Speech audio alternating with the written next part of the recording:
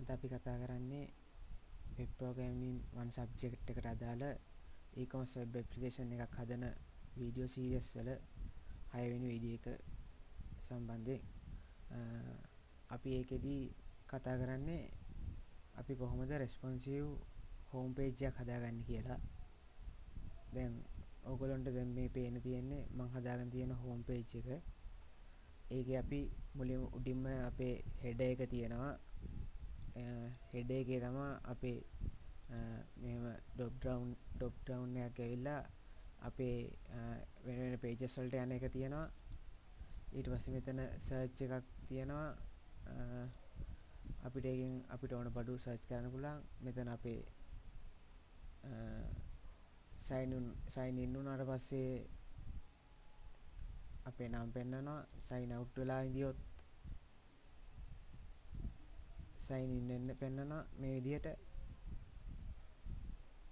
අපේ මෙතන e-shop icon එක තියෙන අපේ header එක ඒ විදිහට තමයි තියෙන්නේ.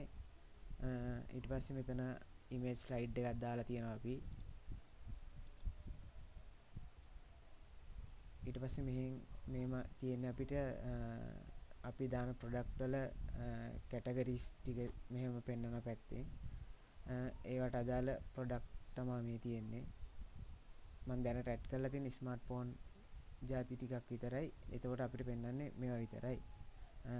ඊට පස්සේ මම යටින්ම e-shop එකේ footer එක add කරලා තියෙනවා. අපි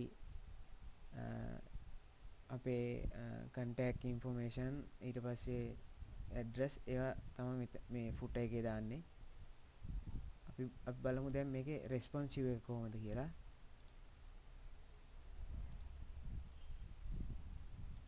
එතකොට දැන් iPhone SE එක පෙන්වන්නේ අපිට අපේ වෙබ්සයිට් එක මේ විදිහට. ඊට පස්සේ Samsung phone එකක් ගත්තොත් මේ විදිහට පෙන්වනවා. ඊපස්සේ මේ විදිහට tab එකක නම් මේ විදිහට පෙන්වනවා.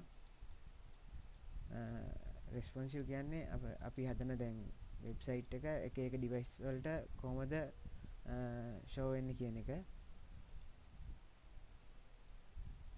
දැන් අපි බලමු අපේ මේ home page එකට අදාළ code එක මොනවද කියලා. ඊට පස්සේ එතකොට දැන් code එක පැත්තට આવොත් මුලින්ම මම කතා කරේ header එක ගැන. අපි දැන් header එක වෙනම හදාගෙන තියෙන්නේ. මොකද කිව්වොත් අපිට ඕනම page එකකට මේ header එක එතකොට include කරන්න පුළුවන්. මෙතන දැන් header එකේ අපි style sheet, bootstrap ඒවා link කරගෙන තියෙනවා. ඊට පස්සේ මෙතනින් දැන් අපි session එකක් start කරලා අර sign in sign out part එක තමයි මේ මෙතන තිබ්බ. ඒක තමයි මෙතන මේ තියෙන්නේ session start එකෙන්. ඊට පස්සේ මේ තියෙන්නේ අර මම ඔයගොල්ලන්ට පෙන්නපු මේ මෙන්න මේ drop down button එක. ඊට පස්සේ අපි බලමු home.php file එක. මෙතන මුලින්ම අපි connection.php file එක අපේ include කරගෙන තියෙනවා. අපිට database එකත් එක්ක ගනුදෙනු කරන්න ඒක ඕනේ හින්දා. ඊට පස්සේ මේ තියෙන්නේ icon එක e-shop එකේ icon එක මෙතන තියෙන.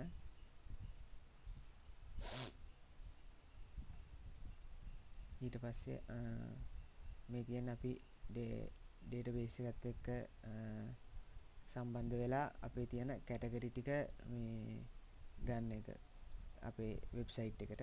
ඒ කියන්නේ මේ smartphone, laptop, camera, tablet එහෙම තියෙන ඒවා.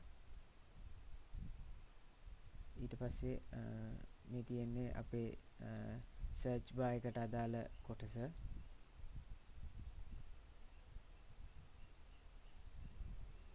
ඊට පස්සේ මේ තියෙන්නේ අපේ අර image sliding එකට අදාළ කොටසක්.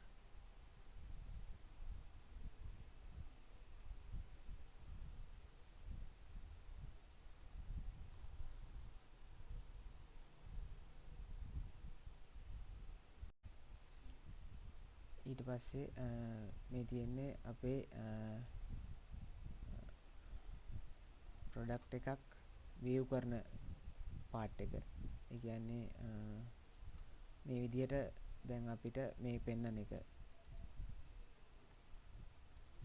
එතකොට අපි ඒක ඩේටාබේස් එකෙන් අපි අරගන්නවා. ඒකේ ඩේටාබේස් එකත් එක්ක කනෙක්ට් වෙලා ඒකේ ඉමේජ් එක ගන්නවා මෙතනින්. ඊට පස්සේ ඒකේ ටයිටල් එක ඒව වෙන වෙනම අපි ඩේටාබේස් එකෙන් අරගෙන මේ වෙබ්සයිට් එකේ ෂෝ වෙන්න තමයි දාලා තියෙන්නේ.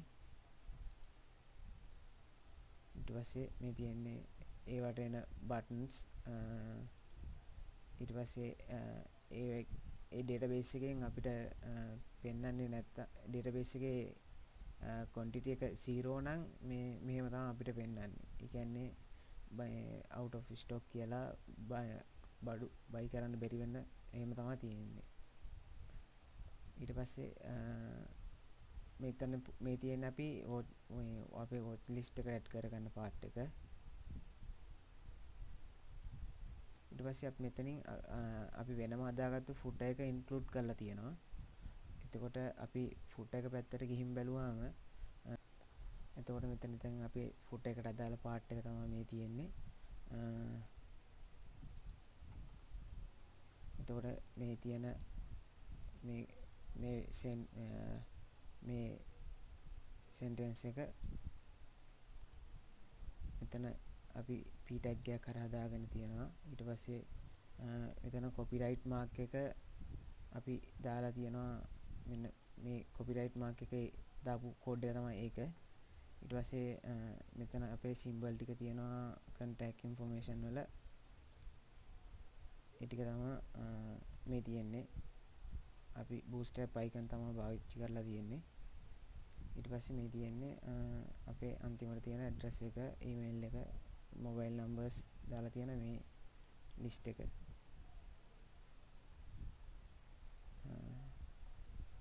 ඔන්න ඔය විදිහට තමයි අපේ responsive home page එකක් අපි හදාගන්නේ. Thank you.